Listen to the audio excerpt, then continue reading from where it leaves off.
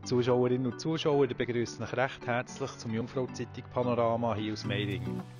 Heute haben wir für euch in der Sendung die Rückkehr der Grossraubtiere, das 75-Jahre-Jubiläum von Wilerholzbau Brienz, der Playoff-Erfolg vom EHC Thun. Bevor wir jetzt zu unseren 3 Beiträgen kommen, gibt es zuerst noch einen kurzen Überblick über ein paar wichtige Neuigkeiten vom heutigen Tag.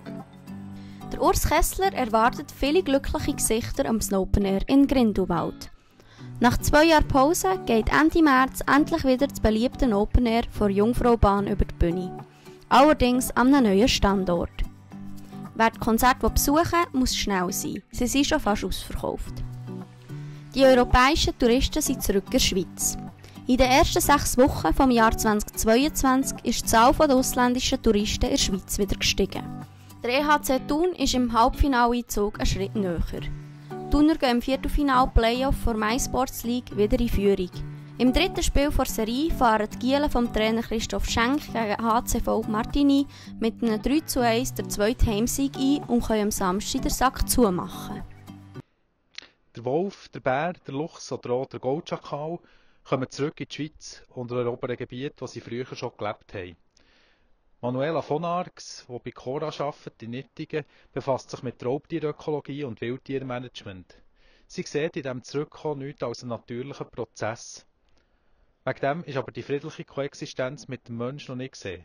Dafür braucht es noch viele gesellschaftliche Veränderungen, sagt sie bei uns im Interview.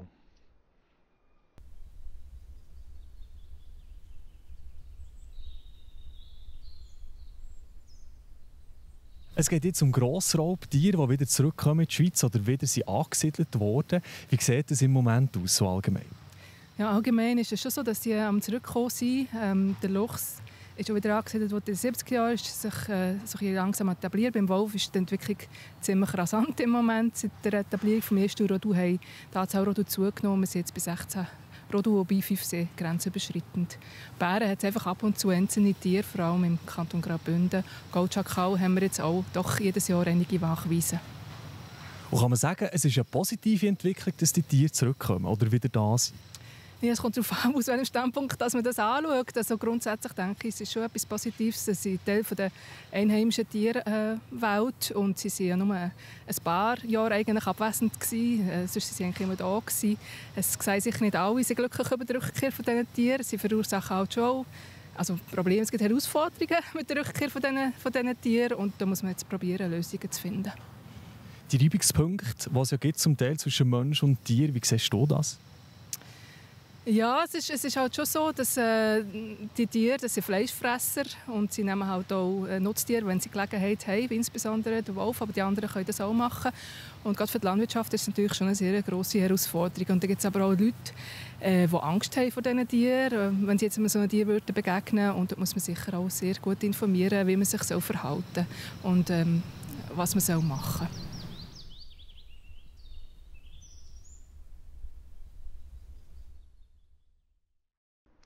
Wir kommen zu einem ganz anderen Thema. Die Wilerholzbau AG in Brienz feiert ihr 75-Jahre-Jubiläum. Sie macht das mit einem Anlass jeden Monat. 11 Mal für die Mitarbeitenden und ein 12. Mal im September mit einem Tag der offenen Tür für die Öffentlichkeit. Mein Kollege der Patrick Schmid hat mit den heutigen Verantwortlichen vom Familienunternehmen geredet und sie gefragt, was Tradition als Fundament für die Firma für eine Rolle spielt und welche Änderungen aktuell zu erwarten sind. Zimmermann ist seit Jahren und Tagen ein stolzer Beruf. Und die das dort, glaube ich, ausüben dürfen oder das eben lernen, glaube die sich extrem mit dem auseinandersetzen. Und es ist schon ganz früher glaube ich, so gewesen, dass das Holz als Baustoff sehr attraktiv war und heute noch mehr. Oder? Es ist natürlich viel publik geworden. Wir sind viel innovativer heute im Holzbau. Und ich glaube, das macht so wirklich für die Jungen sehr spannend und attraktiv, halt heute den Beruf zu lernen. Ja. Was heute viel spannender ist halt der ganze Elementbau, der früher nicht gemacht wurde, weil man vielleicht auch nicht die Instrumente nicht dazu hatte. Man hatte keine Kräne, man hatte gar nicht die Möglichkeit, so Zeug zu produzieren. Und in den letzten 20, 30 Jahren hat sich das halt schon extrem geändert, oder? Auch für den Beruf halt vom Zimmermann selber auch, ja. Früher war der Wilerholzbau vor allem bekannt für einen traditionellen Chaletbau, also mit diesen Verzierungen, Gewänden etc. zusammen zu machen. Und wodurch der Elementbau ist gekommen, haben wir hier probiert, natürlich das Element zu produzieren. Und ich glaube, das hat mir eine Vorreiterrolle gegeben hier, dass man das überhaupt probiert und kennen. Am Anfang hat man das Ganze auf dem Reissbrett gezeichnet und wirklich nur die wichtigsten Sachen auf das Papier gebracht. Und heute ist die ganze Planung von A bis Z viel komplexer. Es hängt viel mehr voneinander ab. Der Vorfertigungsgrad ist ein x-faches höher. Durch das müssen wir effektiv die hintersten Schichten alle definiert haben, sprich eine Bemusterung vom Bauherr mit seinen Wünschen, sodass wir das wirklich von A bis Z alles geplant haben, bevor wir die Werkpläne abgeben in die Werkstatt für die Ausführung. Zum Teil müssen wir im Umbau, in der Sanierung auch gewisse Kompromisse eingehen. Es geht einfach dann auch nicht alles. Gewisse Leitungen von einem Badzimmer kann ich das Badzimmer nicht oben im Grundriss auf mal einfach in anderen Ecken verschieben, wenn die ganzen Fallleitungen und so nicht dort vorgesehen sind. Es hat beides eigentlich seinen Reiz. Also ich mache beides sehr gerne. In der letzten Zeit habe ich mehrere grössere Objekte gemacht und das ist dann noch eine ganz andere Herausforderung, aber macht das Ganze sehr interessant und abwechslungsreich. Ja. Noch nicht definitiv feiern kann der EHC Thun, obwohl er in der Playoff-Viertelfinale in Führung liegt. Die Gielen vom Trainer Christoph Schenk haben gegen HCV Martigny einen 3:1-Sieg im letzten Heimspiel einfahren. Morgen am Samstag können sie den Sack zumachen und sich für das Halbfinale qualifizieren.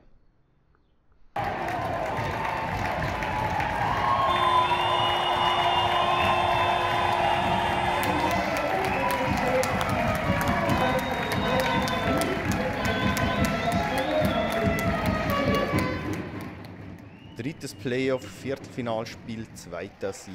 Der EHC Thun gewinnt gegen den HCV Martigny daheim mit 3:1 und ist im Halbfinaleinzug einen grossen Schritt näher.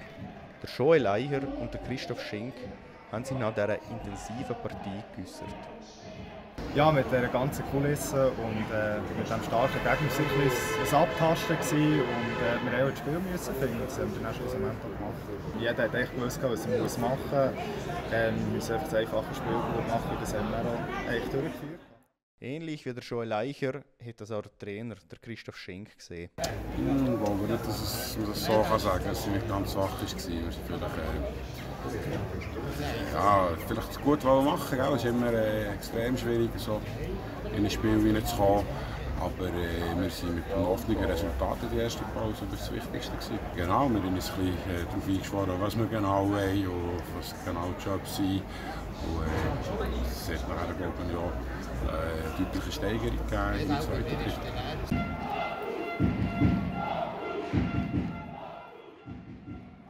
Am Samstag wartet das vierte und vielleicht auch entscheidende Playoff-Spiel. Beim EHC Thun gibt man sich im Vorfeld aber recht gelassen. Nein, das wissen wir, dass wir am Samstag die Serie entscheiden können. Das Entscheidende ist, dass man sich wirklich nur auf ein Match fokussiert und nicht irgendwie schon weiterdenkt oder mit den Gedanken schon in der nächsten Woche ist, sondern man muss einfach wirklich am Samstag im Spiel sein. Ja, definitiv. Du hast gesagt, es wird ein Hexenkessel sein und wir freuen uns extrem fest drauf. Und, ja, wir schauen es jetzt, oder wir probieren es ein bisschen auszublenden, dass wir das ab zutun können. Wir nehmen einfach Schiff für Schiff und schauen es einfach das ganz normale Spiel an. Ob das Wetter morgen einlädt für das Eishockey spielen oder doch eher für im Kurzarmliebli draussen zu spazieren, das seht ihr gerade anschliessend in der Prognose. So oder so wünsche ich euch jetzt schon einen grusamen Abend und eine gute Zeit. Wieder schauen miteinander. Das Wetter wird euch präsentiert von Interlaken Tourismus.